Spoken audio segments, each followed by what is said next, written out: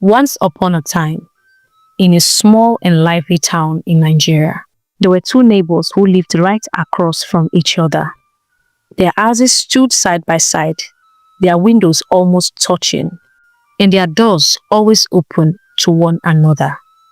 These two neighbors each had a daughter, Adama and Akoma. Adama and Akoma were more than just neighbors, they were best friends. They grew up playing in the dusty streets together, running barefoot through the fields, chasing butterflies, and climbing the big mango trees in the middle of their streets. They laughed together, cried together, and even got into small fights over who would get the bigger piece of roasted corn from Mama Nneka's roadside store. From a young age, they did everything together. They attended the same primary school, sitting side by side in class. When they moved on to junior secondary school, they were once again placed in the same class. As if fate itself knew they were inseparable. The bond only grew stronger when they both gained admission into the same boarding secondary school for girls. In the dormitory, they shared a bunk bed, Adama at the top and Akoma at the bottom. They whispered secrets late into the night about boys they liked, about their dreams of becoming successful, and about how they would remain best friends forever. Years passed, and they both worked hard in school. Adama was always the one with the top grades, winning awards during school assemblies. Akoma did well too, but not as well as Adama. Still, there was no envy between them. When it was time for university, they both passed their entrance exams and they were admitted into one of the best universities in Nigeria. Their parents were proud, their neighbors cheered, and the whole town celebrated the two brilliant girls. After university, they both began job hunting. Adama, with her usual grace and brilliance, got a job at a big oil company first, but she didn't forget her best friend. She spoke to her boss about Akoma, and not long after, Akoma was also employed at the same company. People often whisper that the two friends were more like sisters. "Are you sure they are not blood sisters?" the neighbors would ask. Adama and Akoma laughed whenever they heard that.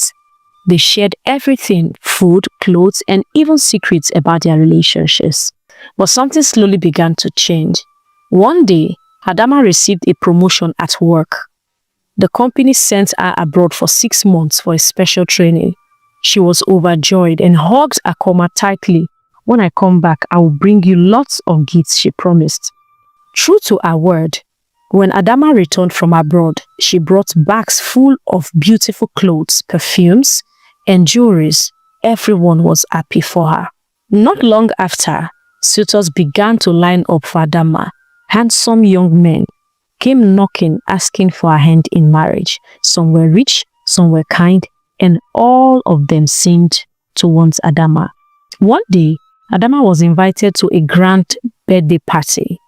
She had the perfect dress but needed shoes to match. Akoma had a stunning pair of heels that fit perfectly with the dress. "Please, can I borrow your shoe?" Adama asked. Akoma smiled. "Of course," she replied. "Are we not sisters? I mean, I borrow your stuffs all the time." At the party, everyone admired Adama's outfit. "Oh, look at those shoes," people whispered. "She looks like a queen." But from that day forward, strange things began to happen. Adama fell ill suddenly. It started with a headache. Then she began to throw up blood. She was rushed to the hospital, but the doctors found nothing wrong. Back at work, things got worse. People who once greeted her warmly now avoided her. Even her boss, who once praised her, began to frown whenever he saw her. One morning, she was called into a meeting and falsely accused of stealing company money. "What? Me? Steal?" Adama was in shock. Two of Adama's serious suitors, men who once chased after her, stopped picking her calls for no reason. Adama, confused and broken, sat alone one evening, staring at the sky. "Something is not right," she whispered. "But what is it?" As the days passed, Adama's health worsened. She fainted often and had terrifying dreams. One morning, she woke up with a sharp pain in her leg. When she looked down, her feet were swollen, so large that she could barely move them. Her legs grew heavier and heavier, and gradually they began to smell horribly. Adama could no longer go to work. She lost her job after being accused without proof. She was forced to return to the village. She spent her days sitting under the big tree near her house, crying softly. One evening, as the sun set and painted the sky orange, a kind old man passed by. Seeing Adama crying, he stopped. "My daughter," the man said softly, "do not cry. The cause of your pain is someone close to you, someone very close to you." Adama's heart thumped loudly. "Someone close to me?" she asked. "But who?" The old man prayed for Adama. He also gave her some local medicine, which he had made from leaves. He told her to stay strong and believe that she would be healed. Strangely, after 7 days, her legs slowly began to heal. The swelling went down, the smell disappeared, and she could walk again. But something even more shocking happened on the 7th day. Akoma fell terribly ill. She could barely stand, and her leg began to wither and darken. In her weakness, Akoma sent for Adama. And after about 3 days, Adama arrived at the city. When Adama entered the room, her heart was pounding. "What is happening, Akoma?" she asked, her voice shaking. Tears streamed down Akoma's face. "Adama," she whispered, I have something to tell you." Adama took a step closer. "What is it?" I did this to you," Akoma cried. "I was jealous. Jealous of everything, your grades, your job, your trip abroad, even the suitors who wanted to marry you." Adama's mouth fell open. "What are you saying?" Akoma continued. "I went to a herbalist the night before the party. I knew you would ask for that shoe because it fits the dress better than all your shoes. So I saw it as a perfect opportunity to strike. I told him I wanted you to suffer. I didn't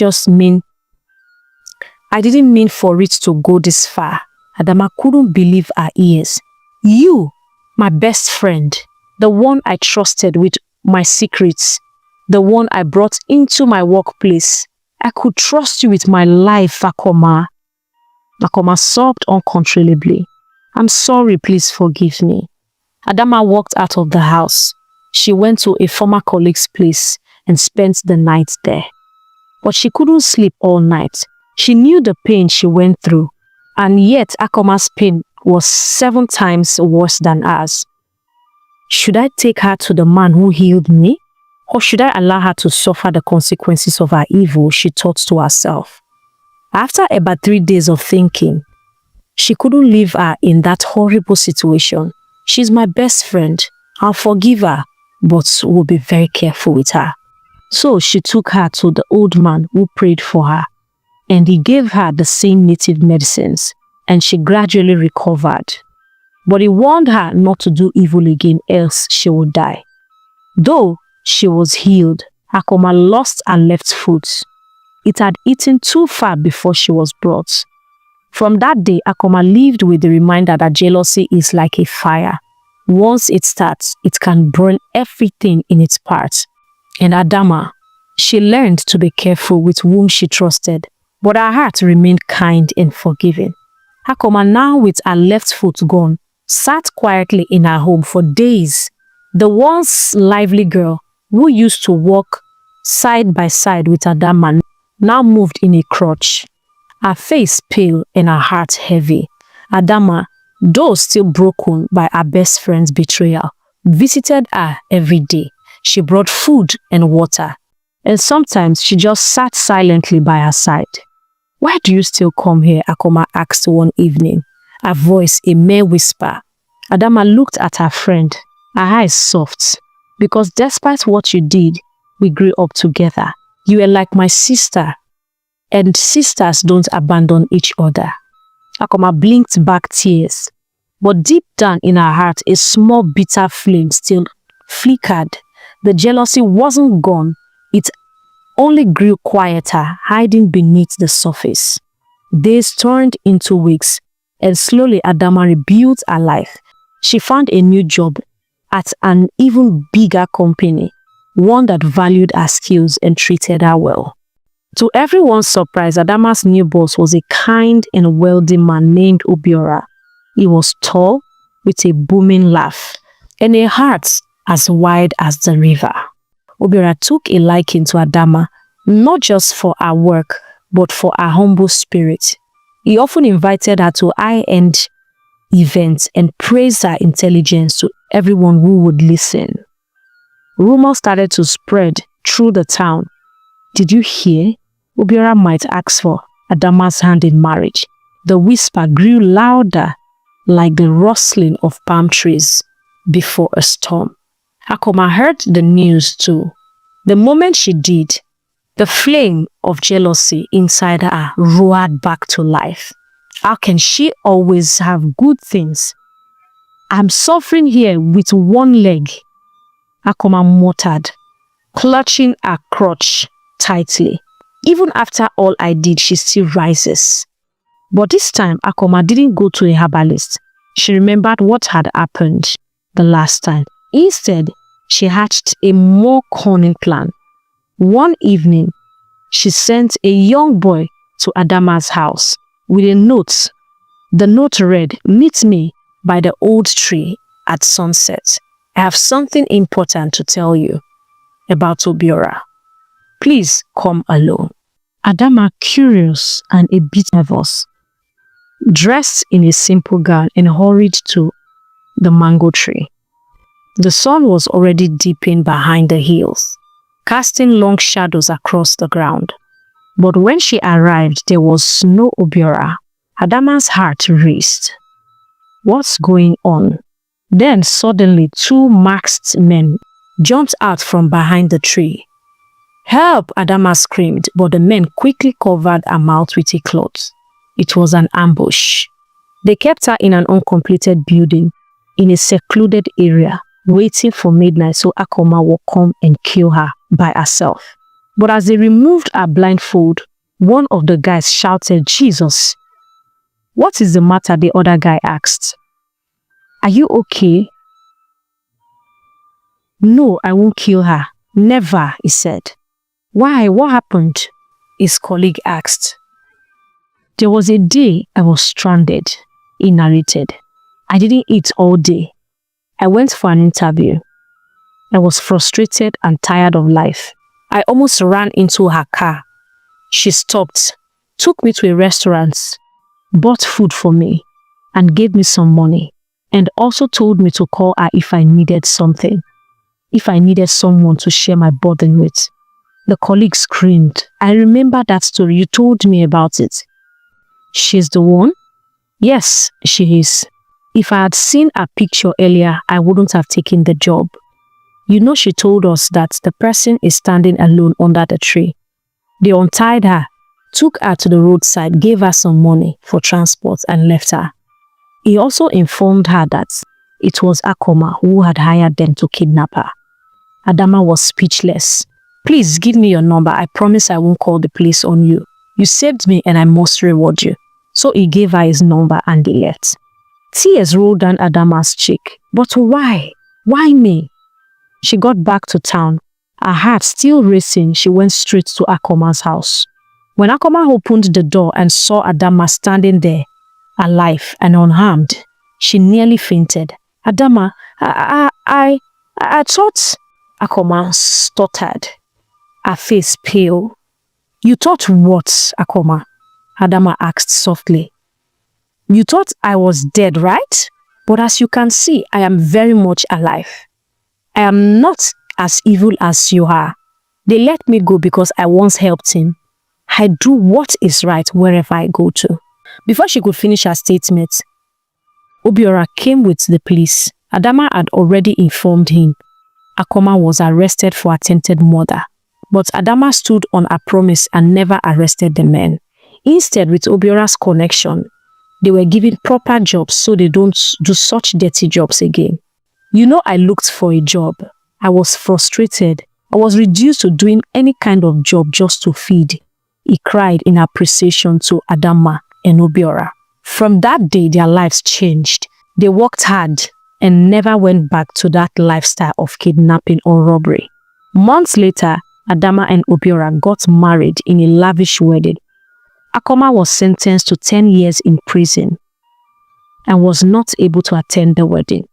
Unfortunately for Akoma, she didn't make it through the 10 years. She was charged for murder on 2 counts, including her first attempt. She became sick and died before she could even serve 3 years. But Obiora and Adama lived happily. Moral lessons. Jealousy is a silent poison. It destroys not only others, but the hearts that harbors it. However, true repentance and genuine forgiveness have the power to heal even the deepest wounds. Words are like seeds. They can plant either curses or blessings. So speak life, not death. For the heart that forgives is the heart that truly lives.